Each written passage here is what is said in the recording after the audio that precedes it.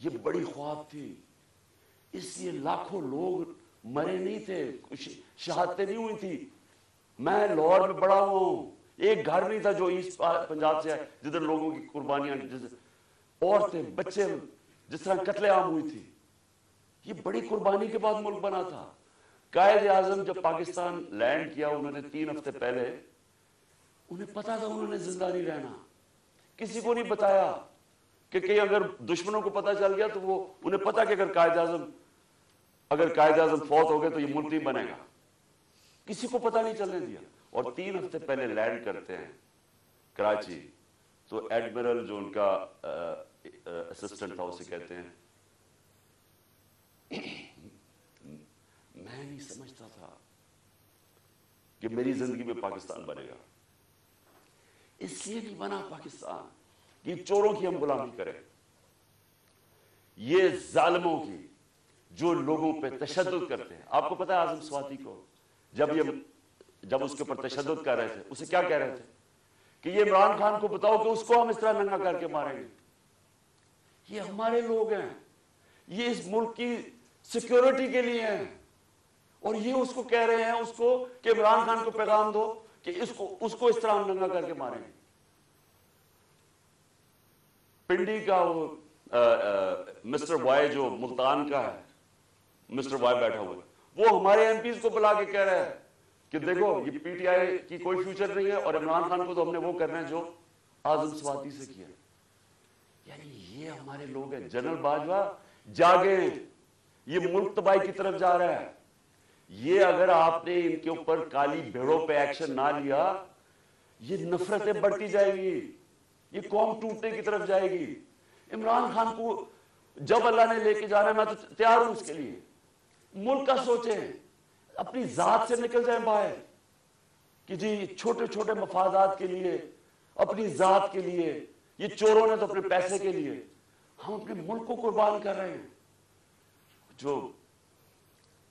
جو لوگ سڑکوں پہ ہیں ان کی شکلیں دیکھیں، ان کی آنکھیں دیکھیں، آپ کو نظر آئے گا کہ یہ تلاش میں ہے کہ وہ پاکستان جدھر یہ آزادی سے رہے، جدھر کوئی کسی کو اجازت نہ ہو کہ کمزور کے اوپر کوئی ظلم کرے.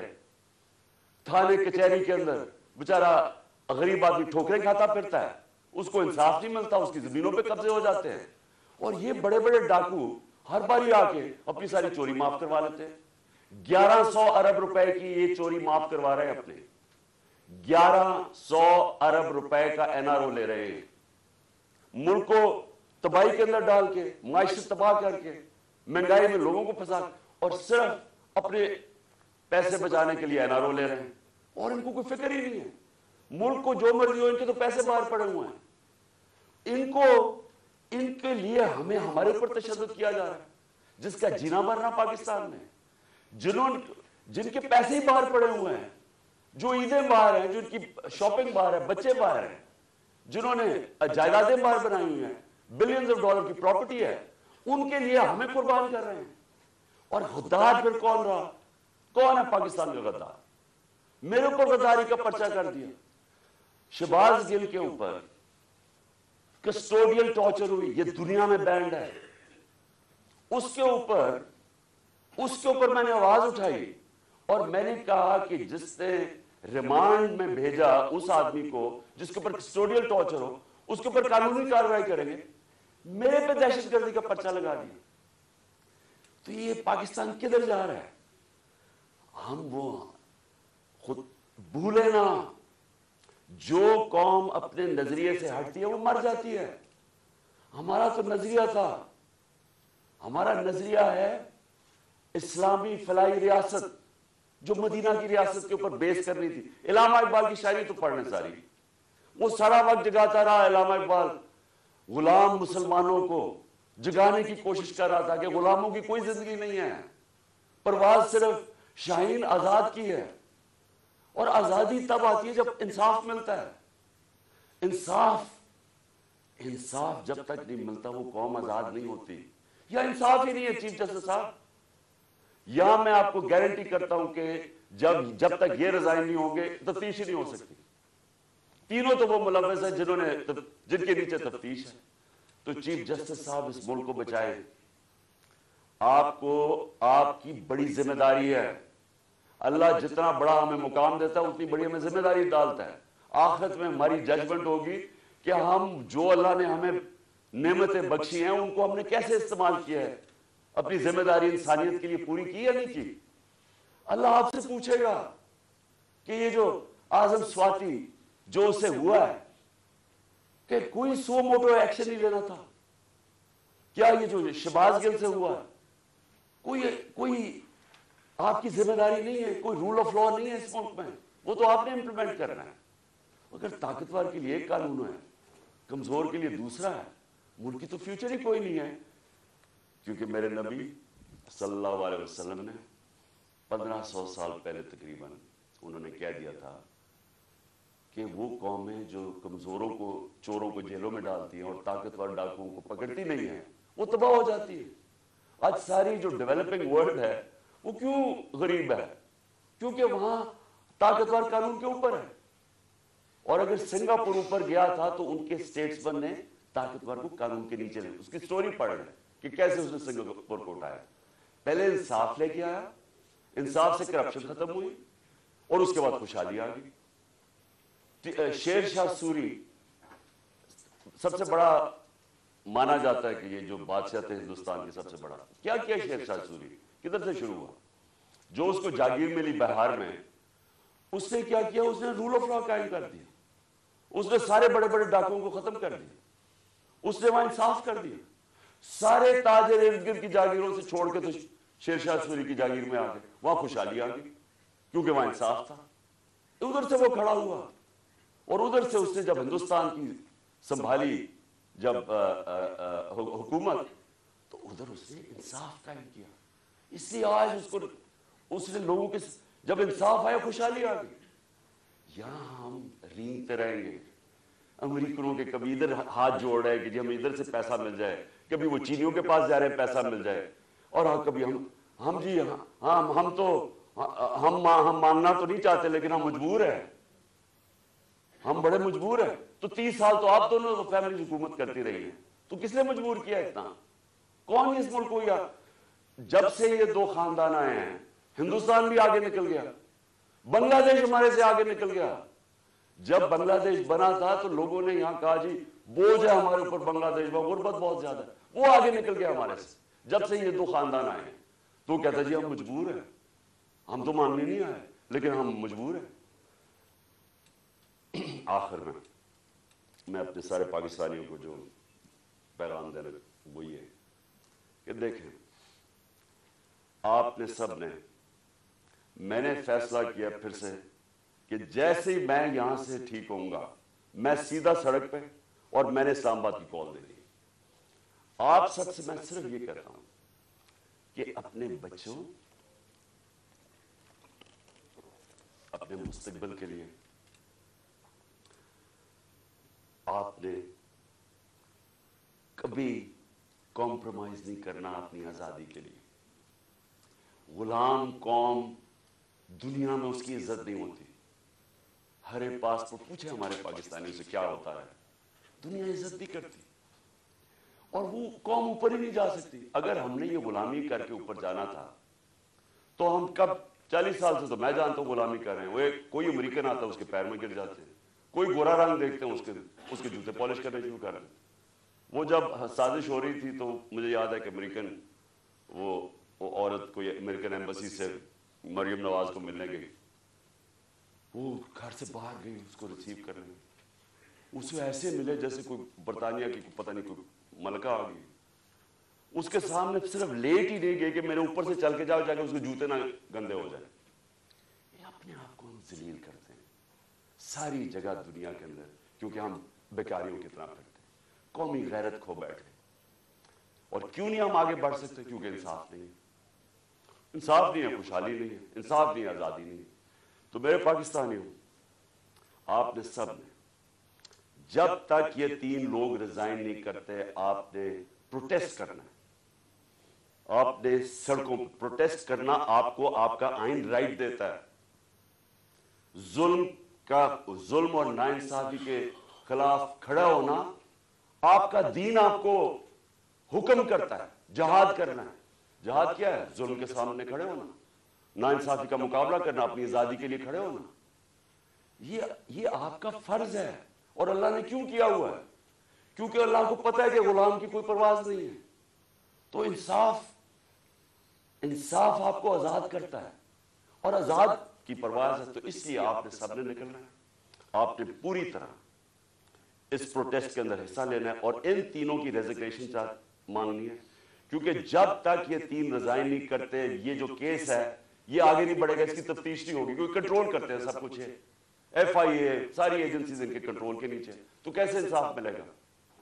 جنرل باجوہ کو بھی کہنا, میں آپ کو آج کہہ رہا ہوں کہ یہ جو یہ فیصل, میجر جنرل فیصل کر رہا ہے, یہ اس ملک کو تباہی کی طرف لے کے جا رہا ہے. فوج اس ملک کی ضرورت ہے. ہم جو میری طرح کے لوگ آزاد سوچ ہی نہیں سکتے زندگی آزادی کے علاوہ, وہ چاہتے ہیں کہ ہماری فوج مضبوط ہو, کیونکہ مضبوط فوج ہی ہمیں آزاد رکھے گی. یہ کمزور کر رہا ہے فوج کو. ان حربوں سے ہماری فوج کمزور ہو رہی ہے. ہم جب تنقید کرتے ہیں یہ تعمیری ہے, یہ اپنی فوج کو کمزور کرنے کے لیے نہیں ہم کر رہے ہیں.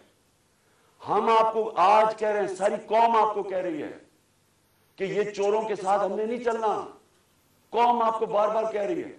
نہ یہ کریں کہ ہمیں ڈنڈے مار مار کے یہ فیصل کہ جی نہیں آپ نے بھیڑ بکریوں کی طرح ان کے ساتھ چلنا, نہیں چلنا انہوں نے, اور انتشار کی طرف جا رہا ہے قوم. سو مہربانی کریں, اس کو ریزائن کروائیں, اس کے اوپر پوری تفتیش کریں کہ اس نے کس قسم کا ظلم کیا ہے. اعظم سواتی کے اوپر جو ہوا ہے, جو شہباز گل کے اوپر ہوا ہے, جو جمیل فاروقی کے اوپر ہوا ہے, ننگا کر کے, کون سی قوم اجازت دیتی؟ کبھی سنا ہے امریکہ کے اندر, امریکہ کے اندر, یورپ میں کسی آزاد قوم میں سنا ہے کہ اس طرح آزادی رائے کے اوپر کسی کو ننگا کر کے ماریں اور پھر دھمکیاں دیں آگے سے کہ یہ بتا دو کہ عمران خان سے بھی یہی ہوگا؟ یعنی یہ ہماری ایجنسیز ہیں, ان کا یہ کام ہے کہ ملک کو ہی کمزور کرو. تو پروٹیسٹ ہوگا جب تک یہ تین ریزائن نہیں کریں گے. جیسے میں ٹھیک ہوں گا میں سڑک پہ پھر آ رہا ہوں, اور میں اسلام آباد کال دوں گا, آپ تیار رہیں. انشاءاللہ اللہ نے مجھے بڑا بچایا ہے, مجھے ایک نئی زندگی دی ہے, اور میرے میں عزم دے دیا ہے کہ میں اپنی قوم کی آزادی کے لیے پوری طرح لڑوں. پاکستان زندہ باد.